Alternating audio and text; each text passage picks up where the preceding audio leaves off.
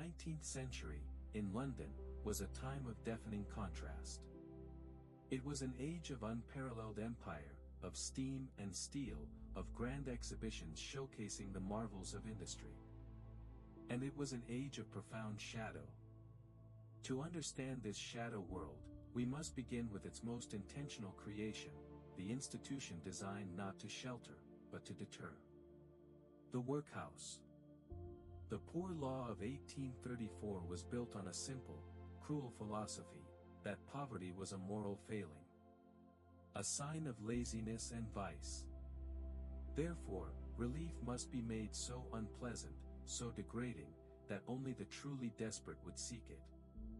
This was the principle of less eligibility, that life inside the workhouse must be less eligible, less desirable, than the worst life outside. Upon entering its high, gray walls, families were immediately broken. Men to one ward, women to another, children to a third. Personal clothing was taken away, replaced with rough, uniform smocks of coarse wool or sacking. The individual was erased. Days followed a brutal, monotonous rhythm, marked by the clanging of a bell. At dawn, inmates were roused for prayers. Then came breakfast, a thin, watery porridge called gruel, often made with inferior oatmeal and water. It was eaten in strict silence in a vast, cold hall. Work filled the hours. For men, it might be stone-breaking, swinging a heavy hammer to reduce large rocks into small chips for road building. A task with no end, whose only purpose was exhaustion.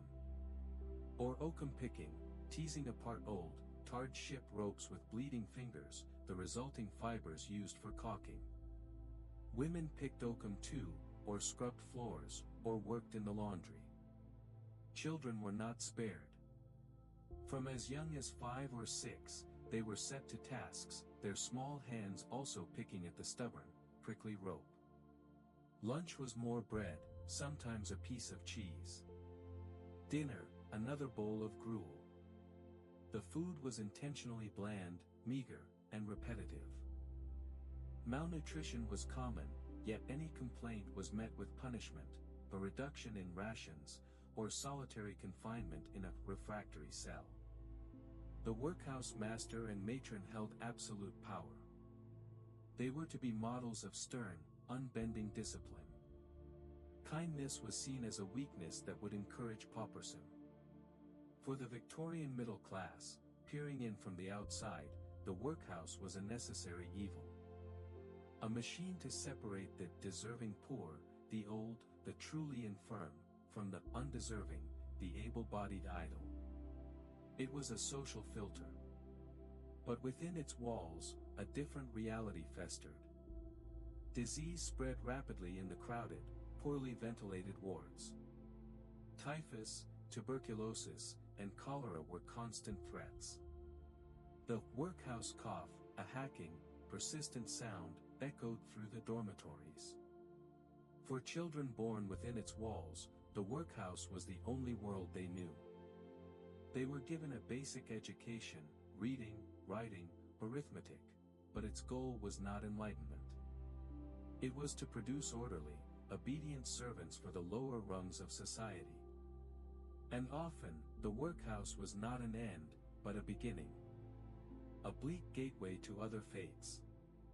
Children, particularly orphans, or those whose parents could not keep them, could be apprenticed out from the workhouse. On paper, it was an opportunity. In reality, it was a transaction. A mill owner, a chimney sweep, a farmer would apply for a child.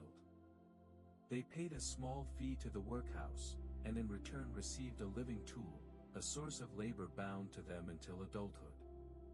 The master had few obligations beyond providing basic food and shelter.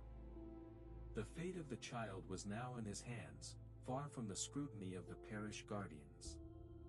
Thus, the workhouse fed the very system it purported to morally oppose. It supplied the factories with tiny hands, the chimneys with small bodies, the farms with young drudges. It was the engine room of the underworld, producing its fuel. Human beings stripped of family, hope, and identity, prepared for a life of silent, grinding toil. Its shadow was long and cold, and it fell across the entirety of the age. If the workhouse was a prison of silence, the city streets were a cacophony of survival. From the first gray light of dawn until the gas lamp sputtered to life, the air was a tapestry of sound, a symphony composed not of notes, but of cries, each one a careful advertisement for a meager living. This was the domain of the street seller, or costermonger. He, and very often she, was the most visible artery of the city's informal economy. He did not occupy a shop. His premises were a wooden barrow, a donkey cart, or simply a large basket carried on the arm. His stock was whatever could be bought cheaply and sold quickly: wilted vegetables, bruised fruit, salted fish, baked potatoes kept hot in a can, song sheets printed on cheap paper, matches, bootlaces, birds caught in the park. Each seller had a distinctive call, home to carry over the din of hooves and conversation. Sweet China oranges, a fruit seller might cry, her voice a high, clear melody. 2 a penny, watercress, from a girl with a green bundle. Buy a broom, in a rough, rhythmic chant. To the uninitiated ear, it was noise. To the trained listener, it was a map of the city's needs, a clock of the day's rhythms. The muffin man's bell in the afternoon. The cry of milk below, from the milkmaid carrying her yoke before breakfast. The costermonger lived by a code entirely separate from the respectable world. It was a code of sharp wit, fierce loyalty to one's own, and profound distrust of authority, particularly the police, whom they called crushers, for their heavy boots. They married amongst themselves. A coster's daughter would wed a coster's son. They lived in crowded lodging houses or in rooms above the stables where their donkeys were kept. Wealth was measured not in banknotes, but in a well-kept barrow, a sturdy donkey, and the respect of one's peers on the same street corner, day after day, in the driving rain or the rare summer sun. Their world had its own entertainments, too. On a Sunday, they might flock to the penny gaff, an illicit, makeshift theater in a converted shop or warehouse. For 1 penny, they could watch a lurid melodrama where a street-smart hero outwitted a cruel landlord, or a pantomime filled with rough comedy. The air would be thick with smoke and the smell of unwashed bodies, but for an hour, they could see themselves as the victors. Or they might attend an Olmug event, a gathering where a popular singer would perform the latest street ballads, songs that told of murders, lovers' tragedies, or satirized the powerful. These songs were then printed on flimsy sheets and sold by the very same costermongers the next day, completing the circle of their culture. But this life was one of relentless precariousness. A rainy day could mean no sales. A sudden illness could mean starvation. The police could move them on foot, obstructing the footway, confiscating their goods. They lived on the financial edge of a knife, their entire livelihood carried on their person or their cart. Yet, there was a dignity in this autonomy. They were not wage slaves in a factory, their time owned by a master's clock. They were small-scale merchants, entrepreneurs of the gutter. They answered to the rhythms of the street and their own capacity for hustle. They formed unions of a sort, protecting their pitches, their territories. They were the human texture of the city, the constant background hum. Their cries were the voice of the London streets, urgent, plaintive, hopeful, weary. A symphony of survival, played on an endless loop, against the steady percussion of hooves on stone. Beneath the street's open commerce thrived another, hidden economy. One that operated in the fog-cloaked alleys, the dim courtyards, the shadows cast by the gas lamps. This was the professional criminal class, and to navigate it, one needed to speak its language. For the Victorian criminal, language was a tool of both identity and concealment. It created a barrier between us, those in the know, and them, the police and the straight-living public. This language was a rich, ever-evolving slang, sometimes called flash or cant. A policeman was never a policeman. He was a crusher, a copper, from to cop, meaning to catch, a peeler, after Sir Robert Peel, or a roser. A prison was a stir or the stone jug. To be arrested was to be nabbed, collared, or lagged. A stolen watch was a kettle, from kettle and fob, rhyming slang for watch. A handkerchief was a wipe or a stook. This slang created a sense of community, a shared secret knowledge.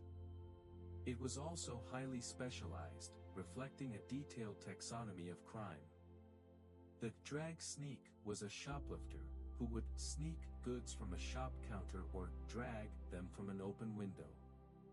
The snow gatherer stole linen from clotheslines. The bug hunter was a pickpocket. The footpad was a mugger who operated on foot, often in dark lanes, armed with a cudgel. The high-toby man was the highwayman, a figure already passing into legend by the mid-19th century, replaced by the less romantic train robber. Then there were the receivers, the bankers of this shadow economy. Known as fences, they operated from seemingly respectable shops, pawnbrokers, old clothes dealers, marine store dealers.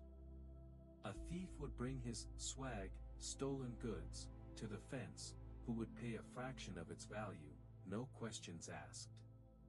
The fence had the connections to alter the goods, break them down, or ship them to another city for resale. The most powerful fences were kingpins of their districts, offering loans and protection. But crime was not just individual enterprise. Gangs, or mobs, controlled specific territories. In the labyrinthine slum of St. Giles, known as the Rookery, or in the warren of streets in Whitechapel, rival mobs might clash over control of pickpocketing grounds, robbery routes, or protection rackets. The most feared were not the clever pickpockets, but the violent garrotters. Their method was simple and terrifying. One man would approach the victim from behind, throwing a tight cord or arm around his neck, cutting off air and blood flow. As the victim choked and struggled, his accomplice would rifle through his pockets. The garrote panic of the 1850s and 60s sent a genuine shiver through the public, leading to hysterical newspaper reports and demands for stronger policing. For the criminal, prison was an occupational hazard. The conditions in prisons like Coldbath Fields or Newgate were grim: hard labor on the treadmill, a giant while men walked to grind grain, a task of pure, pointless exertion, or the crank, a handle turned thousands of times a day.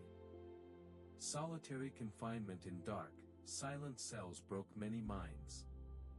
For serious or repeat offenders, the sentence could be transportation to the penal colonies of Australia, a one-way journey to the far side of the world. Yet, the criminal world was also one of strange honor. To peach on a colleague, to inform to the police, was the ultimate sin, punishable by ostracism or violence. Loyalty to one's own gang was paramount. This code created a parallel justice system, with its own rules and punishments, operating silently within the great city. It was a mirror world to the respectable one above. It had its own hierarchy, its own economy, its own language. A world where a kettle told the time, a crusher kept order, and survival depended on knowing the difference between a drag sneak and a footpad in the swirling, soot-filled fog. The River Thames was London's lifeblood and its open sewer. Its waters carried trade ships from across the globe, and the waste of 3 million souls. And at its margins, in the literal effluent of the city, the very lowest of the low scrabbled for a living. When the tide went out, it revealed a vast, sticky foreshore of mud and gravel, littered with the detritus of a metropolis. This was the workplace of the mudlark. Most mudlarks were children, some as young as 6, or elderly women and men broken by other work. Barefoot and clad in rags, they would wade into the icy, greasy mud, their eyes scanning, their hands and toes feeling for treasure. What constituted treasure? A lump of coal that had fallen from a barge. A piece of rusty iron or copper. Lengths of old rope. Bones that could be sold for making glue or fertilizer. Sometimes, if fortune smiled unimaginably, a coin that had slipped from a pocket on a crowded wharf. They worked in all weather, their legs caked in the cold, black sludge, their hands numb. They were a common sight, yet largely invisible, part of the river's landscape. Henry Mayhew, the journalist, interviewed a mudlark who said he might make a penny or tuppence in a day. Enough, perhaps, for a loaf of bread and a night in a shared lodging house, if he was lucky. Bolder, and operating in even more perilous conditions, were the toshers. These men ventured into the city's sewers themselves. Armed with a long pole to test the ground ahead and a lantern to pierce the profound darkness, they would enter the brick-lined tunnels through gaps in the river wall or through street gratings. Their world was one of absolute blackness, broken only by their feeble light. The air was thick with the stench of methane and rot. The ground underfoot was a slurry of human waste and runoff. They faced sudden floods from upstream, pockets of deadly gas, and rats the size of small cats. What they sought was more valuable: coins, metal spoons, pieces of jewelry that had washed down the drains from the streets and houses above. A good day in the sewers could yield as much as 6 shillings, a small fortune to a poor man. But the risk was immense. To slip and drown in the foul current, or to be overcome by fumes, was a constant danger. And then there was the most wretched trade of all, the pure finder. Pure was the Victorian euphemism for dog dung. The pure finder, usually an old woman, would walk the streets with a bucket and a short broom, collecting the droppings left by the city's many dogs. She would take her full bucket to a tannery, where the pure was used in the process of softening leather, its enzymes breaking down the hides. The smell that clung to the pure finder was indescribable, and she was shunned even by other street folk. These 3 figures, the mudlark, the tosher, and the pure finder, represented the absolute bottom of the economic ladder. They dealt not in manufactured goods, nor even in stolen ones, but in the literal waste of civilization. They were the human recyclers of the age, turning the city's refuse into a few pence of survival. Their existence was a stark commentary on the economic machinery above. The great wealth generated by the docks, the factories, the shops, ultimately produced this river of waste. And at the end of that river, human beings were reduced to foraging within it, their bodies and lives stained by the very process that created the prosperity they would never touch. The Thames flowed on, indifferent. Carrying ships laden with silk and tea to the west, and carrying the hopes of the mudlark, in the form of a single, muddy halfpenny, held tightly in a frozen fist. The Victorian ideal of womanhood was the angel in the house, a pious, gentle, domestic creature, sheltered from the world's harshness. For the women of the underworld, this ideal was a cruel and distant fiction. Their lives were defined by relentless, grinding labor, both inside and outside the home. For the married poor woman, the day began before dawn. She would rise in a single, damp room that might house her entire family. If she was fortunate enough to have a fireplace, she would light it, using cheap, smoky coal. Water had to be fetched from a communal pump in the courtyard, often down several flights of stairs. Breakfast, if there was any, was prepared. Then, if her husband had work, she might herself engage in sweated labor. This was piecework done in the home, for which she was paid by the item, not by the hour. She might be matchbox making, pasting together tiny paper boxes, or stitching shirts or gloves, her eyes straining in the dim light, her fingers moving until they cramped.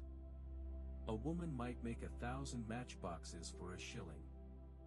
The materials were often provided by a middleman, who paid a pittance and demanded impossible quantities. If she had no such work, she might take in washing, a back-breaking task involving hauling water, boiling linens in a copper vat, scrubbing them on a board, and mangling them dry. Or she might go out charring, cleaning the houses of the slightly better off for a few pennies a day. For the unmarried woman, or the widow, options were even fewer and more desperate. Domestic service was one route, but it meant living in, working 16-hour days, and being subject to the absolute authority of the master and mistress. Many young women preferred the precarious freedom of the street to this form of indentured servitude. This led many to the oldest profession, prostitution. In Victorian London, it was estimated there were tens of thousands of prostitutes. They existed in a strict hierarchy.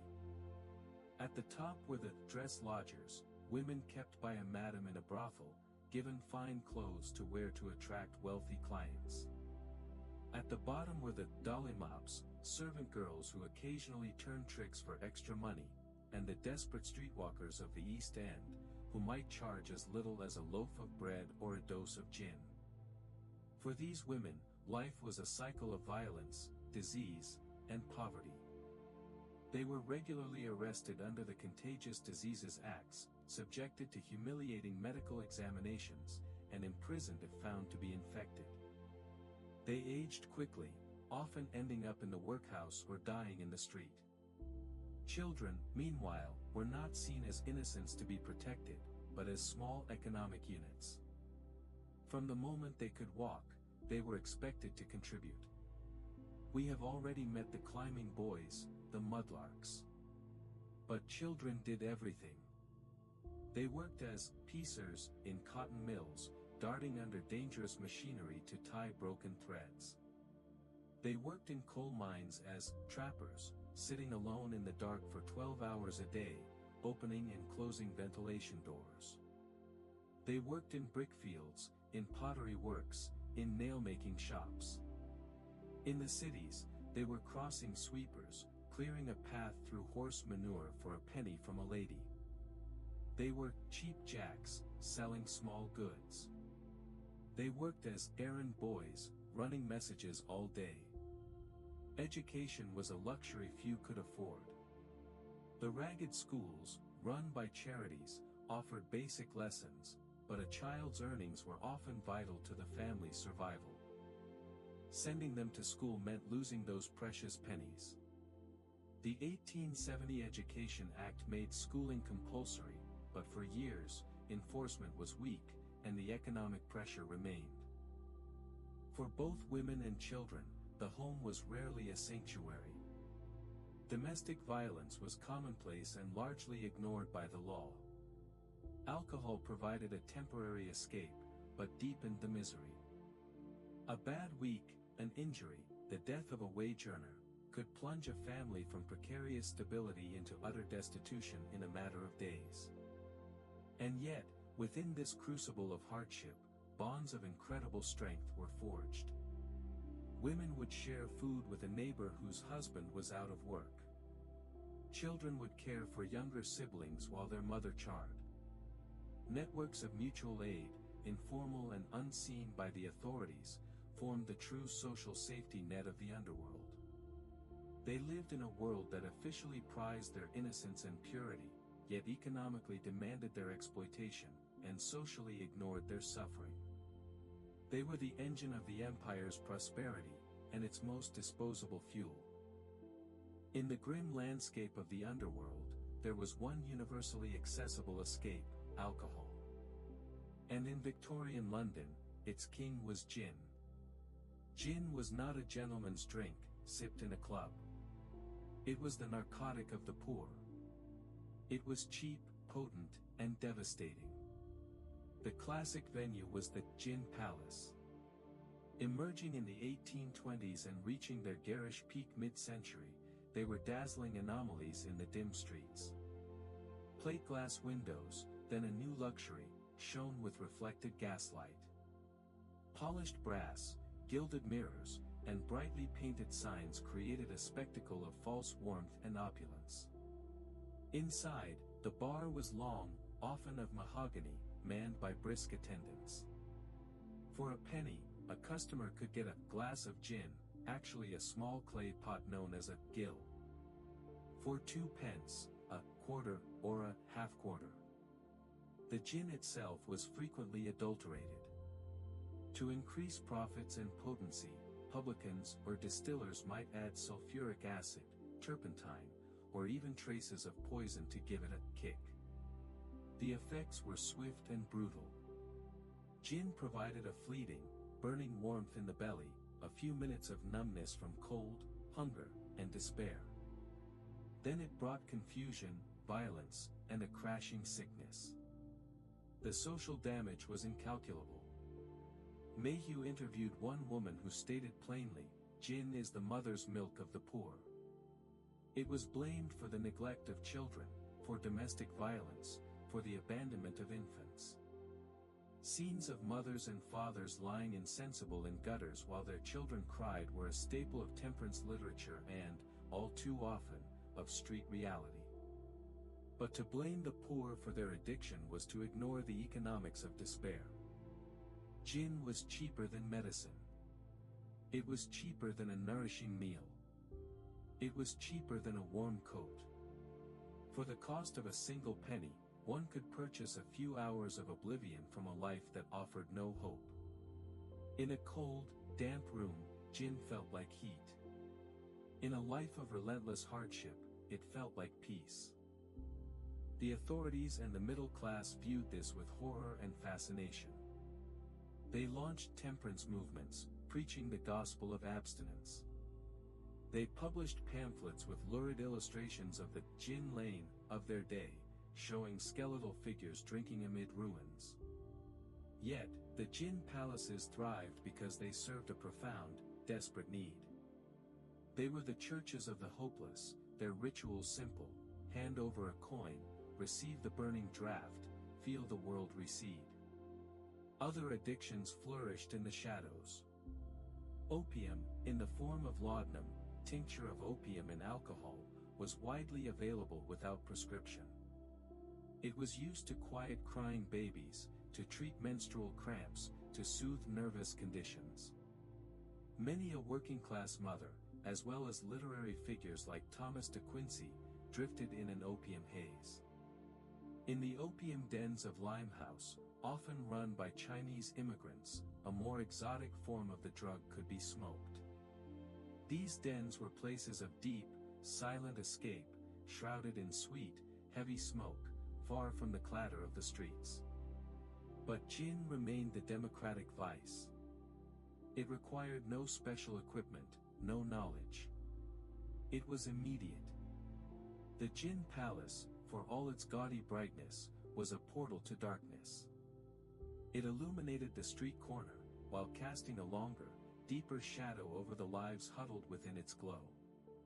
It was a monument to the failure of society to offer any other form of comfort, and to the human spirit's relentless search for respite, however poisonous that respite might be. The great oblivion was for sale, 1 penny at a time. And the line of customers, stretching out onto the pavement, was always long. At the heart of the underworld's geography were the slums, known evocatively as rookeries. Like colonies of rooks, the poor were crowded together in crumbling, chaotic nests of buildings. The most infamous were Street Giles in central London, and vast swathes of Whitechapel and Bethnal Green in the East End. A rookery was not merely a poor neighborhood. It was a physical and social world apart. The buildings were former fine houses, now decayed beyond recognition, subdivided and subdivided again. A single room might house an entire family, or multiple families. Beds were rented by the shift, day workers using them at night, night workers using them by day. There was no running water, no sanitation. A single courtyard pump served hundreds. Privies were overflowing cesspits, shared by dozens. The architecture itself seemed to conspire to create darkness. Buildings leaned so close across narrow alleys that they blotted out the sky, creating tunnels of perpetual twilight. These passages, with names like Dark Entry or Cutthroat Lane, were labyrinths known only to residents. They were places where the police would only venture in pairs, and never after dark. Into this human swamp stepped a particular kind of predator, the slum landlord, or rookery landlord.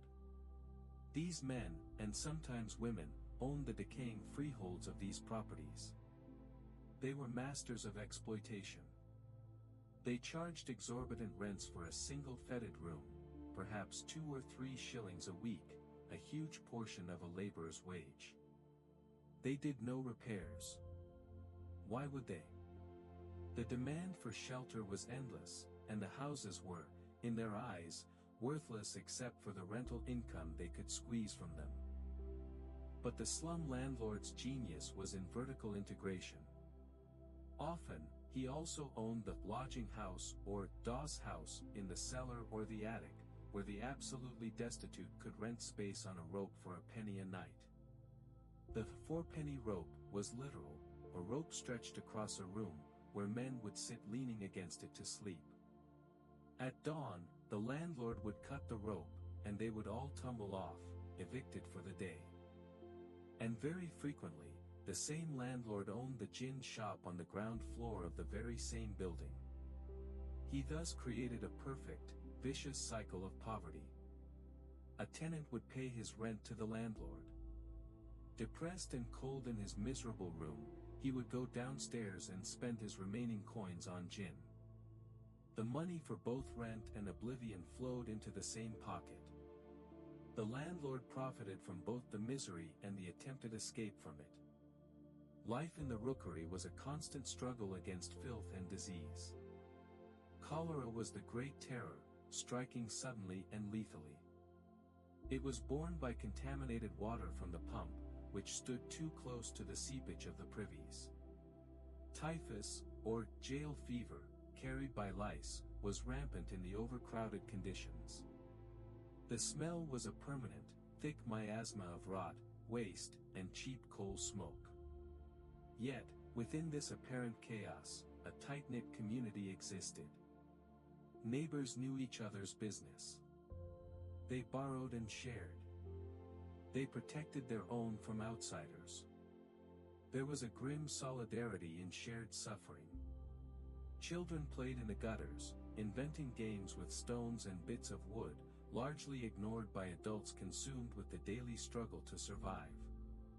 The rookery was the physical manifestation of the social chasm of the age.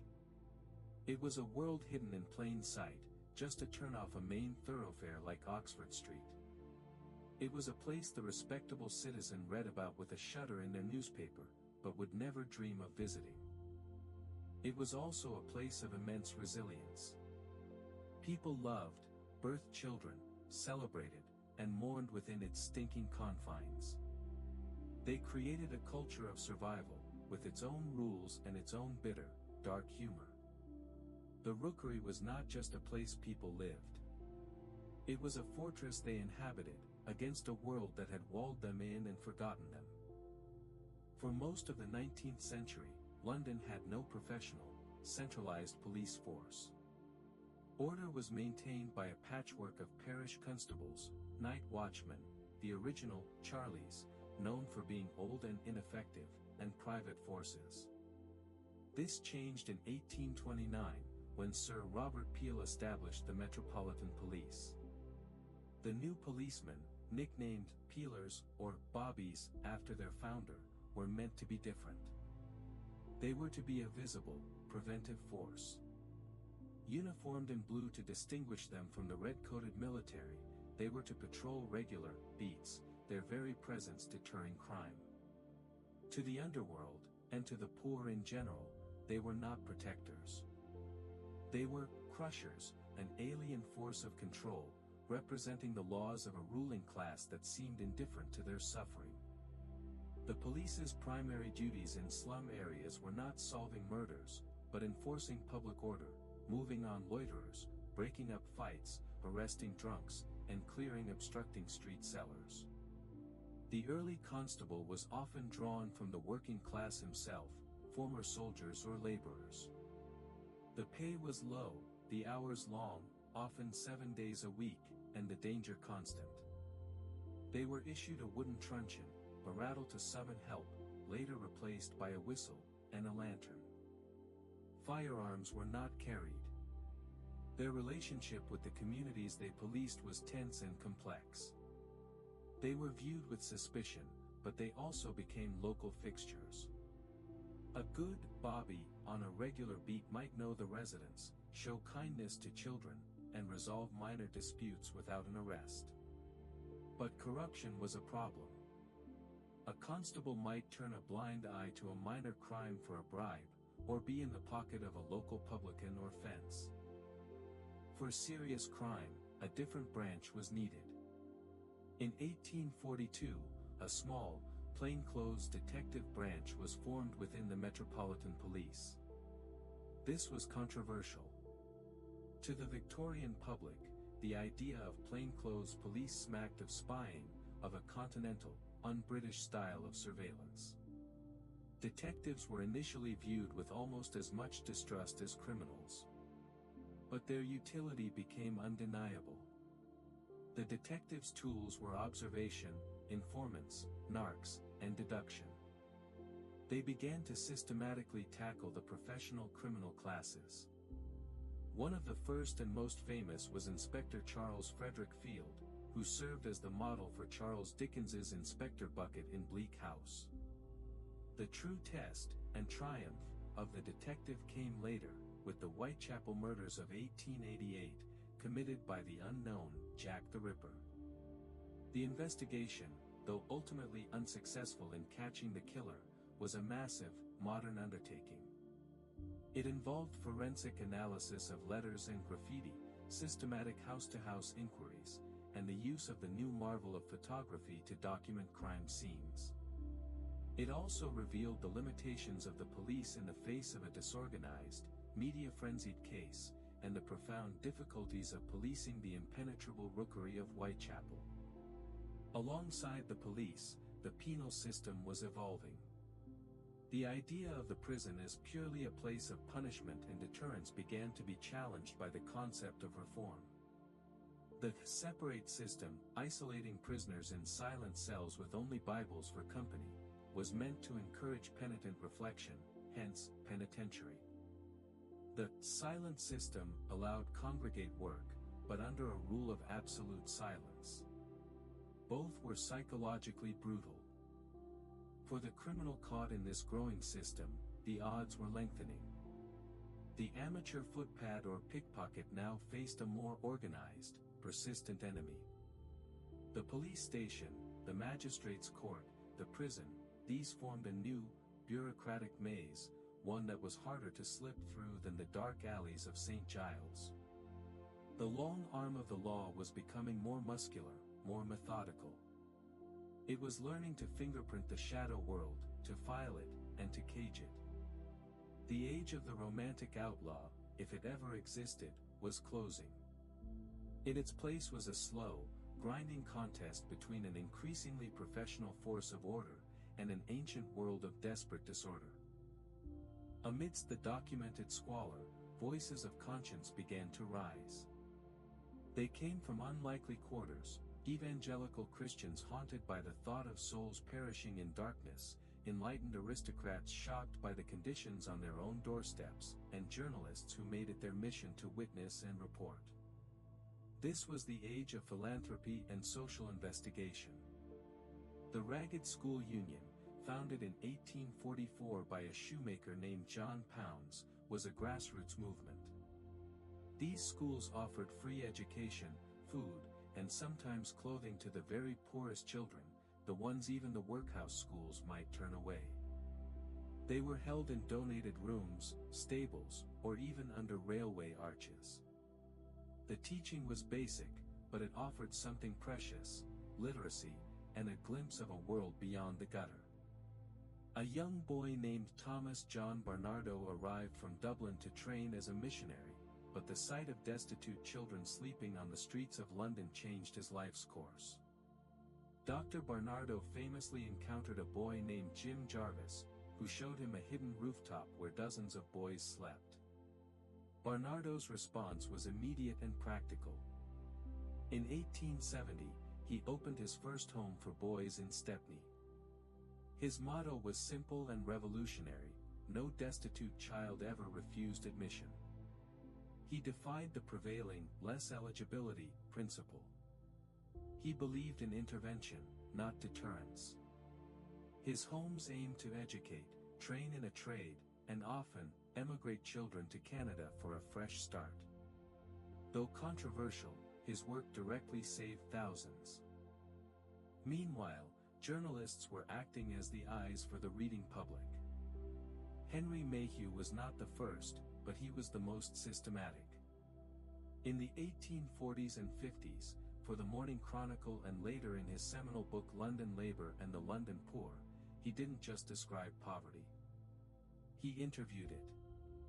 He transcribed the words of mudlarks, costermongers, thieves, and street sellers in their own vernacular. He treated them not as social problems, but as human beings with trades, opinions, and lives. His work was a landmark in social science and empathetic journalism. Other reformers targeted specific evils. Lord Shaftesbury campaigned tirelessly for legislation to limit working hours for women and children in factories, and to end the use of climbing boys. The Factory Acts of 1833, 1844, and 1847 were hard-won victories against powerful industrial interests.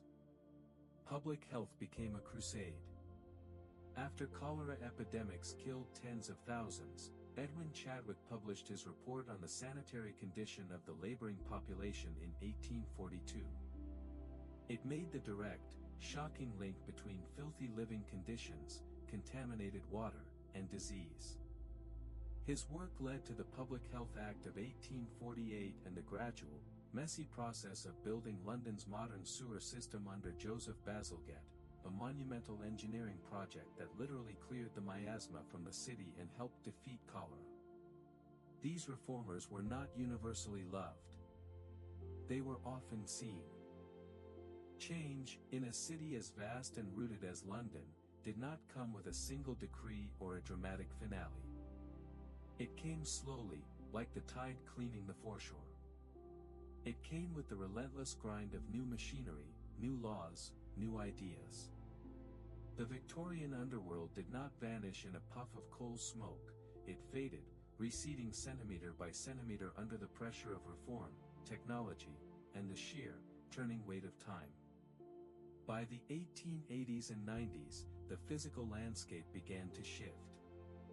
The slum clearances began, not always from altruism, but often to make way for new railways, warehouses, and wider, more hygienic thoroughfares.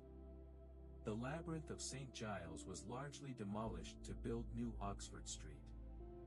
The ancient, leaning tenements came down, and with them went the most impenetrable rookeries. The residents were displaced, scattered to other crowded districts, their tight-knit communities broken and dispersed. The hidden geography of crime and secrecy was being erased, mapped over by the orderly grid of modern urban planning. The great engineering projects reshaped the city from below. Joseph Bazalgette's sewer system, completed in the 1870s, was a marvel of civil engineering. It did more than carry waste, it carried away the miasma, the foul air believed to cause disease. The fetid cesspits of the courtyards were replaced. The Thames, once an open sewer, began to run clearer. The cholera epidemics that had terrorized the city for decades finally ceased. The very smell of London changed, from one of rot and decay to one of coal smoke and industry. The workhouse remained, but its harsh ideology began to soften at the edges.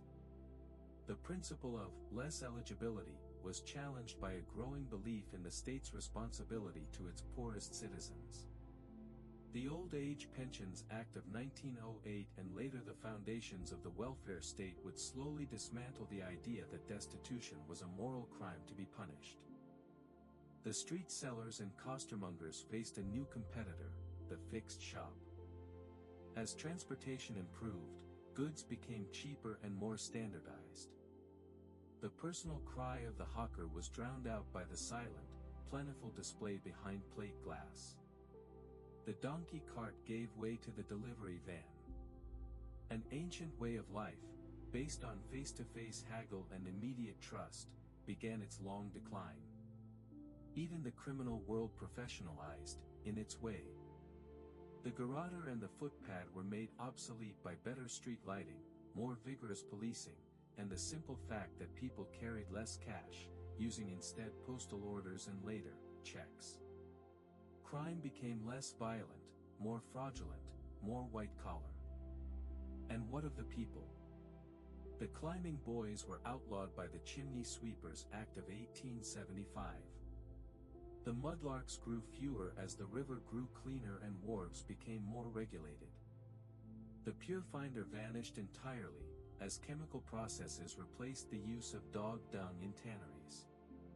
The specific, wretched niches of survival were being rendered obsolete by the very progress that had once ignored them.